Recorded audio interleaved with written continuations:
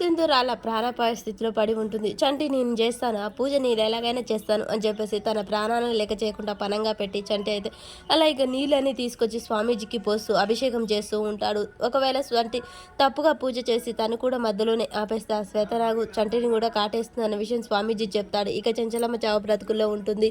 ఇక చంటి అయినా పర్వాలేదు, నా ప్రాణాలు పణంగా పెట్టి వీళ్ళిద్దరిని కాపాడుకోవాలి, నేను చనిపోయినా పర్వాలేదు అని చెప్పేసి చంటి తన ప్రాణాలకు తెగించి ఇక అలా అభిషేకం అయితే చేస్తూ ఉంటాడు. చంటి పూజని చూసిన అక్కడ అఘోరాలు మొత్తం ఓం నమ శివాయ, ఓం నమ శివాయ అని చెప్పేసి నమ శివాయ అని చెప్తూ ఉంటారు.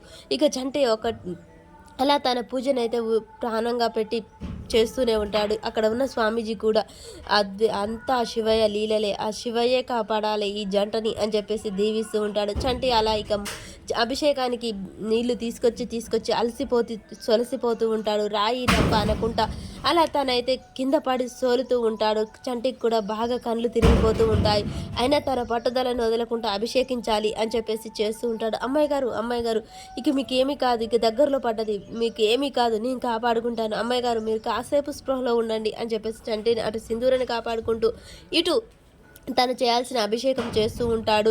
ఇక చెంచలమ్మ ప్రాణాపాయ స్థితిలో అలాగే పడి ఉంటుంది. చంటి మాత్రం ఇక అలా పూజ మొత్తం పూర్తి అయితే చేస్తాడు. అమ్మాయి గారు ఇంకొక బిందె తెస్తే సరిపోతుంది, అమ్మాయి గారు కొద్దిసేపు మీరు స్పృహలో ఉండాలి, అమ్మాయి గారు అని చెప్పేసి సింధూరం లేపుతూ ఉంటాడు. చంటి చాలా అలసి సొలసిపోయి ఉంటాడు.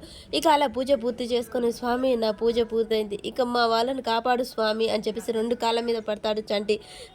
విజయవస్తు బాబు, విజయవస్తు, నువ్వు పూజ పూర్తి చేసావు, ఇంకేమీ కాదు అమ్మాయికి అని చెప్పగానే చంటి వెళ్ళి అమ్మాయి గారు ఒక్కసారి కండు తెరవండి, ఇక మీకేమీ కాదు, నేను కాపాడుకుంటాను అని చెప్పేసి చంటి అయితే సింధూరుని ఒళ్ళోకి తీసుకుంటాడు. ఇక అక్కడి గంగాలమ్మ తల్లిని చూపిస్తూ ఉంటారు. ఈలోపే శ్వేతనాగ అయితే అలా బయటికి వస్తూ ఉంటుంది. ఆ శ్వేతనాగు రావడం చూసిన స్వామీజీలు ఓం నమ శివాయ అని చెప్పేసి నమ శివాయ అని చెప్తూ ఉంటారు. ఈలోపే శ్వేతనాగు బయటికి వస్తుంది. అలా చంటి దగ్గరికి వస్తుంటుంది. ఇక నా సింధూరకి ఏమీ కాదు, మా అమ్మాయి గారికి ఏమీ కాదు అని చంటి దండం పెట్టుకుంటూ ఉంటాడు. అమ్మ తల్లి కాపాడని చెప్పేసి శ్వేతనాగు దండం పెట్టుకుంటూ ఉంటాడు.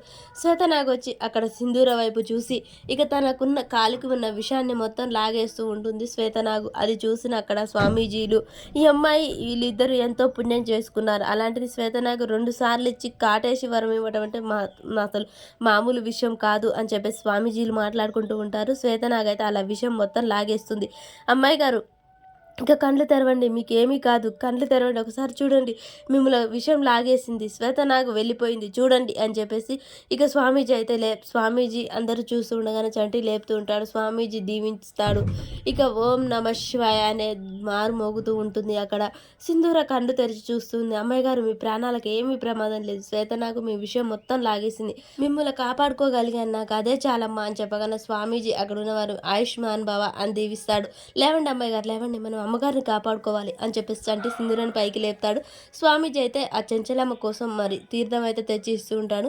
మరి చెంచలమ్మ వీళ్ళ పెళ్లిని ఒప్పుకుంటుందా, అసలు ఆ తీర్థం తాగి బ్రతుకుతుందా, అసలు ఏం జరుగుతుంది, మరి సంటి సింధూరాల పెళ్లి జరిగిన విషయం తెలుస్తుందా, అసలు ఏం జరుగుతుంది అనేది మనకు నెక్స్ట్ వీడియోలో తెలుస్తుంది ఫ్రెండ్స్. మన వీడియో నచ్చినట్లయితే లైక్ చేయండి, షేర్ చేయండి, కామెంట్ చేయండి, సబ్స్క్రైబ్ చేసుకోవడం మర్చిపోకండి ఫ్రెండ్స్.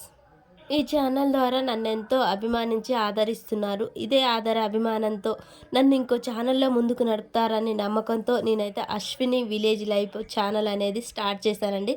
మీరందరూ ఆ ఛానల్ సబ్స్క్రైబ్ చేసుకోండి, లింక్ అయితే డిస్క్రిప్షన్లో ఇస్తాను. ఆ ఛానల్ గానే చూడండి, దాంట్లో ఇలాగే సపోర్ట్ చేస్తారని కోరుకుంటూ మీరందరూ నన్ను ఆశీర్వదిస్తారని కోరుకుంటున్నాను friends. Please support me channel.